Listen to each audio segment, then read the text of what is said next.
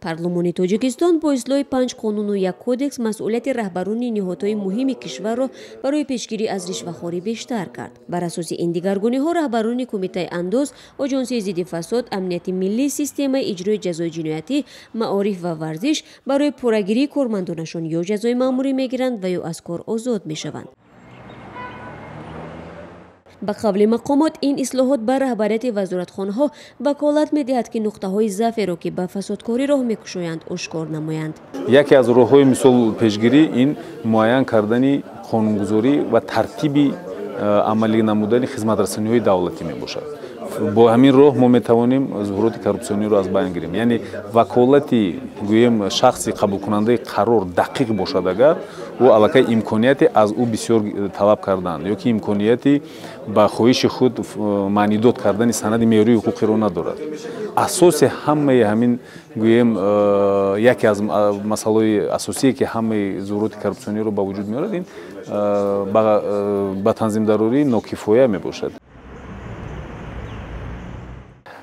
مسئولیت همه ساختارهای مربوطه حکومتی را که در اونجا احتمالیت وجود داشتن و با وقوع آمدن عملهای коррупсионی هست، خب آن همونا محدود میکند و وکالت ساختارهای مربوطه را مخصوصا راهبریت یعنی بلند میکند که یعنی اونا دیگه موظفن یعنی مسئول هستند که در آینده مثلا دیگر راه پیشگیری را باید معین کنند، یک چاره بیاندیشند. اونا انتظار نشوند که دیگر یک ساختار قدرتی که اومده یک مثلا کارمند او را در چی بازداشت میکنند.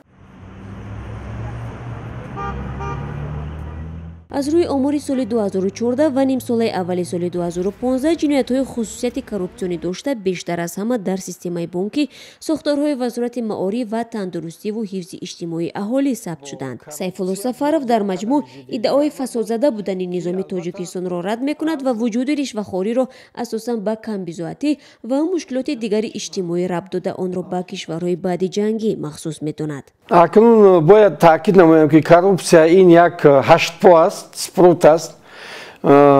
برای نیست کردن وی قواهای خیلی زیاد لازم و بسیار اصلاحات های مخصوص لازم، لیکن به هر حال در کم کردن پدیده های коррупсионی این مبارزه های ما نتیجه خواهد داد. برای منیره عنایت و سابق وزیر معارف تاجیکستان این اصلاحات در قانون برای ریشه‌کن کردن فساد در کشور قدم اول است. او به طرفی جامعه را یکی از مانع‌های جلوگیری از коррупсия نام برد. همون رئیس‌ها باید نقش کارشون اگر بینن که انم خیلی کار با درس دارن انکیت تشکیل کرده گویم که معلم‌ها کتی پر کنند طلبه های صنف‌های بالایی کتی انکیت بینام پرسشنامه بینام باشد اگر به حضور طلبه های گویم که صنف‌های بالایی بسیار چیز علاقه میفهمند نه فقط برای دانشجویان اما برای معلمان که کدام طلبه نمین یک به شکل میخواند نخواندن نمیخواده پول میپرداد این خیلی هم هست.